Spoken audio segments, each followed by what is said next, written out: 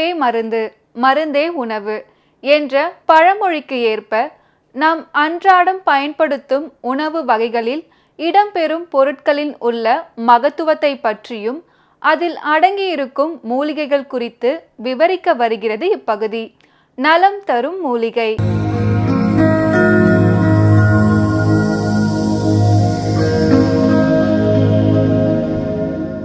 மக்கள் வணக்கம்.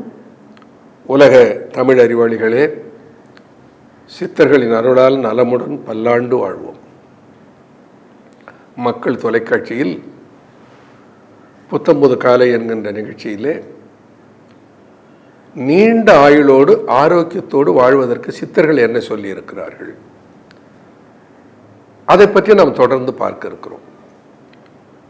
தேரையர் என்ற ஒரு சித்தன் நோய் அணுகா விதி என்று பல பாடல்களை எழுதியிருக்கிறார்.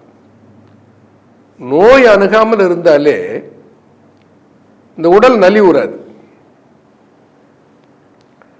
நோய் அணுகாமல் இருப்பதற்கு என்ன விதி, சட்டம் போட்டிருக்க, நோய் அணுகாமல் இருப்பதற்கு என்ன செய்ய வேண்டும் என்பதை பற்றி தேரையர் பல கருத்துக்களை சொல்லிக்கொண்டே போகிறார்.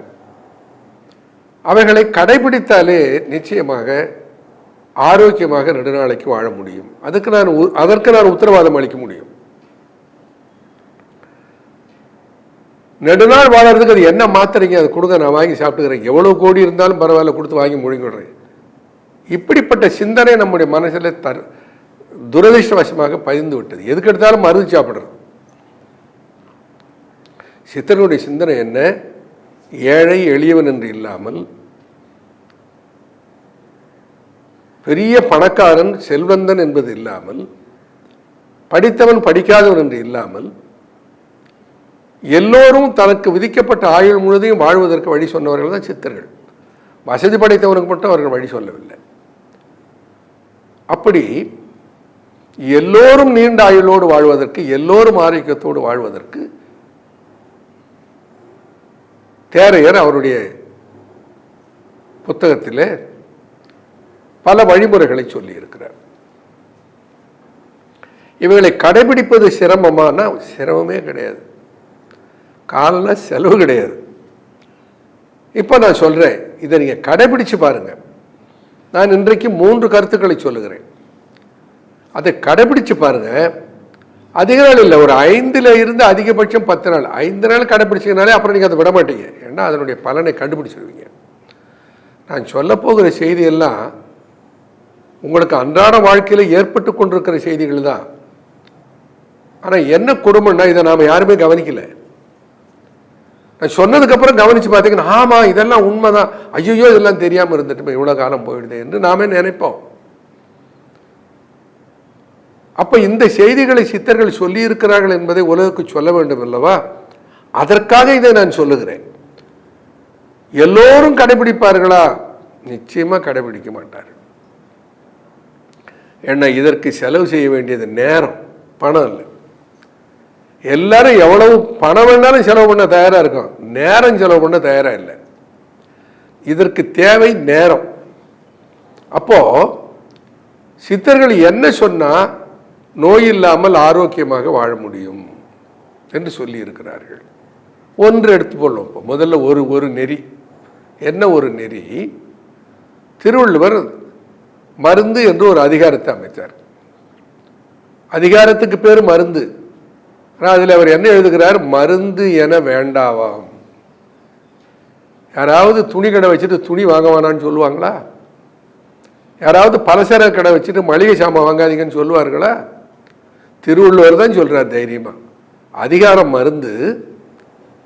என்ன சொல்ற? மருந்துன்னு ஒன்று வேணாங்கிறார். மருந்து என யாக்கைக்கு வேண்டாவாம்.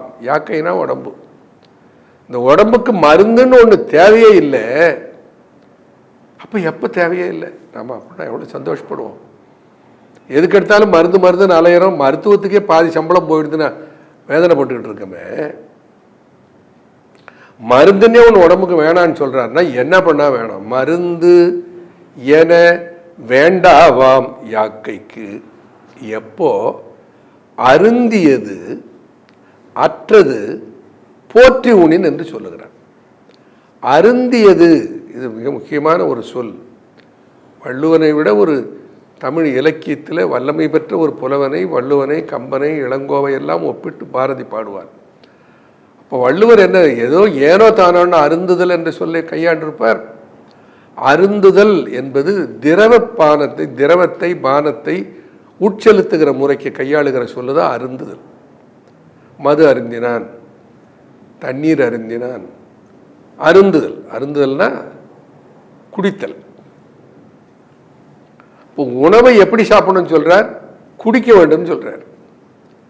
அருந்தியது, அங்க அந்த பொருள் உள்ளே என்ன இருக்கிறது, நாம் உணவை நன்றாக வாயிலிட்டு மென்று அதை திரவமாக மாற்றி கூழாக நீராக அதை உள்ளே தண்ணீர் போல குடிக்க வேண்டும்.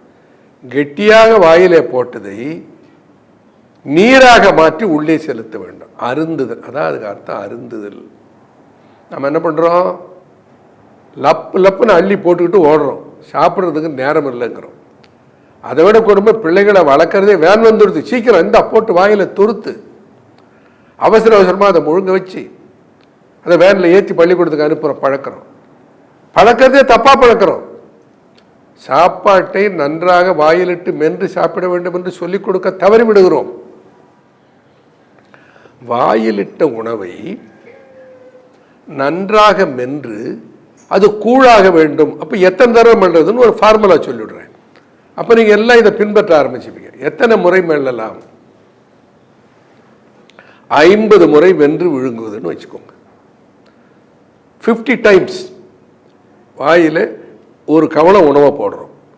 போட்ட உடனே அதை நன்றாக குழ என்று வாயிலிட்டு மெல்ல வேண்டும்.